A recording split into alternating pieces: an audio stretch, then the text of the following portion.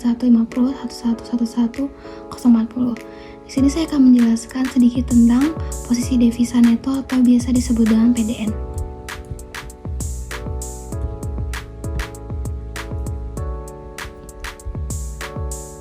Definisi dari PDN itu sendiri adalah selisih antara total aset dalam bentuk valuta asing atau devisa yang dimiliki oleh suatu bank atau lembaga keuangan dengan kewajiban dalam bentuk valuta asing harus dipenuhi. Posisi ini menggambarkan sejauh mana bank atau lembaga tersebut memiliki kekuatan atau ketergantungan terhadap mata uang asing dalam operasionalnya. Selanjutnya ada komponen dari PDN itu sendiri. Yang pertama ada aset devisa, yang dimana aset ini dimiliki oleh bank atau lembaga keuangan dalam bentuk valuta asing. Komponen ini mencangkup yang pertama ada kas dan setara kas dalam valuta asing, yang dimana berupa uang tunai atau simpanan yang dimiliki dalam mata uang asing. Lalu yang kedua ada piutang dalam valuta asing, di mana tagihan atau pembayaran yang diharapkan diterima dalam bentuk valuta asing seperti piutang ekspor atau pinjaman luar negeri. Lalu yang ketiga ada surat berharga dalam valuta asing, di mana investasi dalam instrumen keuangan yang diterbitkan dalam mata uang asing seperti obligasi atau saham asing. Lalu selanjutnya ada cadangan devisa, uang yang disimpan dalam bentuk mata uang asing yang digunakan untuk memenuhi kewajiban internasional. Lalu selanjutnya ada deposito dan rekening koran dalam valuta asing, di mana simpanan dalam bank yang menggunakan mata uang asing. Lalu yang terakhir ada kredit yang diberikan dalam valuta asing, di mana berupa pinjaman yang diberikan oleh bank kepada debitur dalam bentuk mata uang asing. Lalu komponen PDN yang kedua ada kewajiban devisa, yang dimana kewajiban ini harus dibayar dalam bentuk valuta asing. Komponen ini mencangkup yang pertama ada utang dalam valuta asing, pinjaman atau utang yang harus dibayar dalam mata uang asing, misalnya pinjaman luar negeri atau utang perdagangan dengan mitra internasional. Yang kedua ada kewajiban jangka panjang dalam valuta asing, di mana utang yang memiliki jangka waktu lebih dari 1 tahun dan harus dibayar dalam mata uang asing. Yang ketiga ada kewajiban jangka pendek dalam valuta asing, di mana utang harus dibayar dalam waktu kurang dari 1 tahun dalam bentuk valuta asing. Lalu yang selanjutnya ada surat berharga yang diterbitkan dalam valuta asing, obligasi atau instrumen utang yang diterbitkan oleh bank atau lembaga keuangan dalam mata uang asing. Lalu yang terakhir ada kewajiban transaksi derivatif, yang dimana utang yang muncul dari instrumen derivatif seperti forward, swap atau opsi yang diselesaikan dalam valuta asing. Selanjutnya ada cara menghitung PDN. Yang pertama dengan cara mengidentifikasi aset dan liabilitas falas, di mana aset falas ini meliputi kas, setara kas, piutang, investasi, dan aset lainnya yang dinyatakan dalam mata uang asing. Selanjutnya ada liabilitas falas, di mana meliputi simpanan nasabah, utang, dan kewajiban lainnya yang dinyatakan dalam mata uang asing. Lalu yang kedua dengan cara mengkonversi ke mata uang tunggal, di mana semua aset dan liabilitas valuta asing dikonversi ke mata uang tunggal, misalnya dalam rupiah, dengan menggunakan kos tengah yang berlaku pada tanggal pelaporan. Nah, selanjutnya menghitung selisih, di mana kita bisa mengurangkan total liabilitas valuta asing dari total aset valuta asing, dan hasilnya adalah PDN. Ini merupakan contoh dari perhitungan PDN, di mana PDN sendiri memiliki rumus total aset falas dan total dikurangi total liabilitas falas. Bisa dilihat sendiri di sini ada contoh, misalkan sebuah bank memiliki data sebagai berikut. Lalu untuk perhitungannya sendiri ada total aset falas dalam rupiah, di mana 1.500.000.000 ditambah 850 juta menjadi 2.350.000.000. Lalu ada total liabilitas falas dalam rupiah 1.200.000.000 ditambah 510 juta menjadi 1.710 juta. Lalu untuk PDN-nya menjadi 2.350 juta dikurangi dengan 1.710 juta menjadi 640 juta. Dalam contoh ini, bank memiliki PDN positif sebesar 640 juta.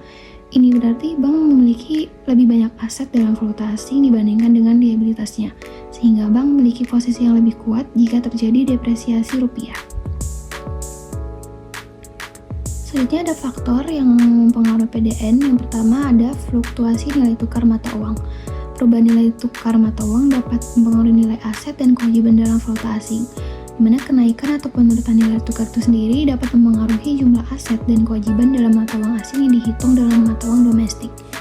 Lalu yang kedua, faktor yang bisa mempengaruhi PDN yaitu volume perdagangan internasional.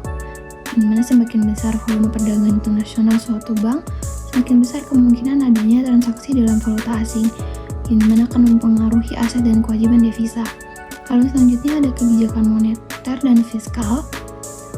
Ini berupa kebijakan pemerintah dan bank sentral, seperti suku bunga, cadangan devisa, dan kontrol uang atau uang, di mana dapat mempengaruhi arus devisa masuk dan keluar, serta mempengaruhi posisi devisa neto bank.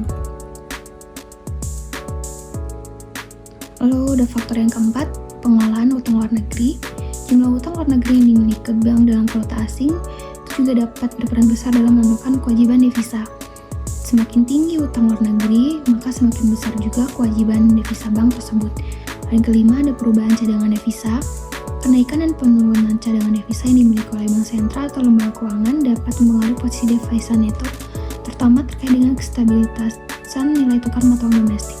Lalu yang terakhir ada kegiatan investasi internasional, di mana investasi dalam bentuk surat berharga, saham, atau instrumen keuangan lainnya yang menggunakan mata uang asing itu dapat mempengaruhi posisi devisa, baik aset maupun kewajiban devisa. Lalu ada peran PDN dalam ekonomi negara. Yang pertama, sebagai indikator stabilitas ekonomi, di mana PDN yang sehat, terutama PDN positif, mencerminkan bahwa bank dan lembaga keuangan negara tersebut memiliki lebih banyak cadangan devisa daripada kewajiban yang harus dibayar dalam valuta asing. Hal ini menunjukkan stabilitas keuangan negara dan kemampuan untuk mengatasi fluktuasi nilai tukar mata asing.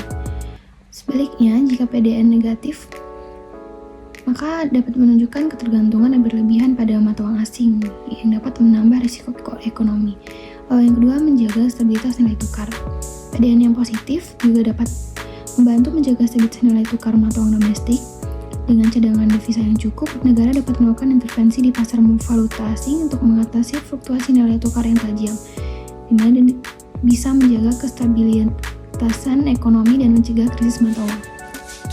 Lalu yang ketiga ada memperkuat ketahanan ekonomi, di mana PDN yang sehat memperkuat ketahanan ekonomi negara terhadap krisis global atau goncangan eksternal.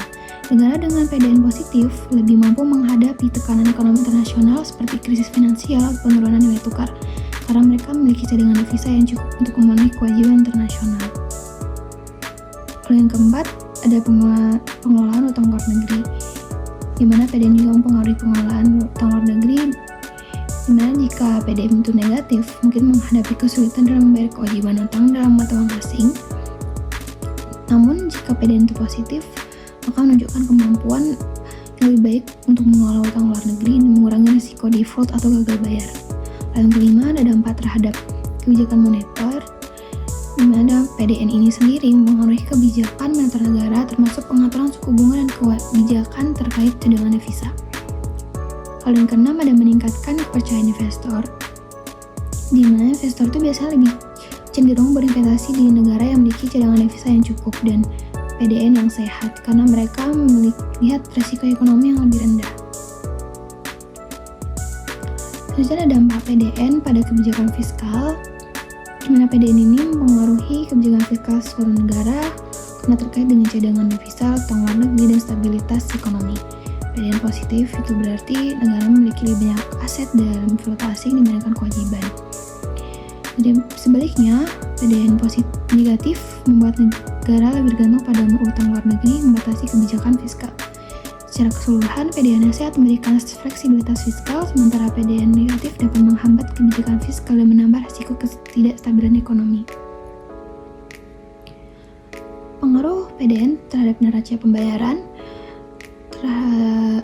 di mana PDN yang positif itu menunjukkan bahwa negara memiliki cadangan devisa lebih banyak dibandingkan kewajiban luar negeri.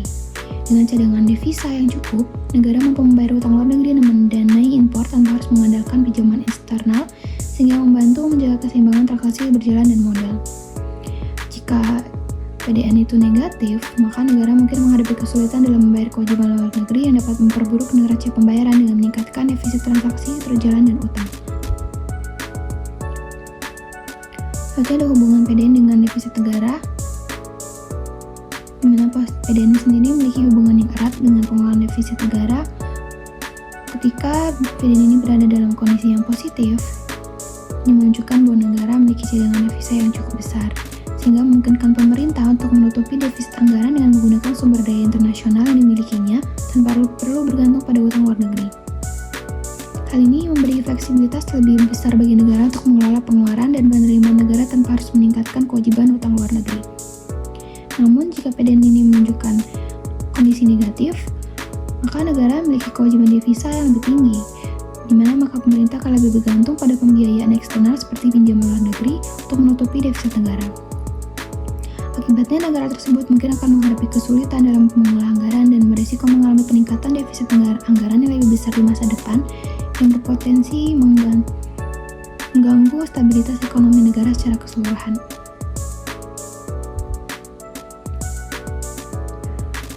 Kesimpulannya adalah PDN ini merupakan indikator penting yang mencerminkan keseimbangan antara cadangan devisa dan kewajiban luar negeri suatu negara. PDN dihitung dengan mengurangi total kewajiban luar negeri dari total cadangan devisa yang dimiliki oleh bank sentral. PDN yang positif menunjukkan bahwa negara memiliki cadangan devisa yang cukup. Sebaliknya, PDN yang negatif mengindikasikan bahwa kewajiban luar negeri melebihi cadangan devisa yang dapat memicu ketidakstabilan ekonomi. Oleh karena itu, PDN ini menjadi salah satu indikator yang penting dalam penilaian kesehatan ekonomi negara. Dengan memahami PDN, negara dapat lebih baik mengelola risiko utang luar negeri, mendukung kebijakan ekonomi yang berkelanjutan, dan meningkatkan kepercayaan pasar global. Oleh karena itu, pengelolaan PDN yang baik sangat penting bagi keberlanjutan pertumbuhan ekonomi dan ketidakstabilan makroekonomi negara.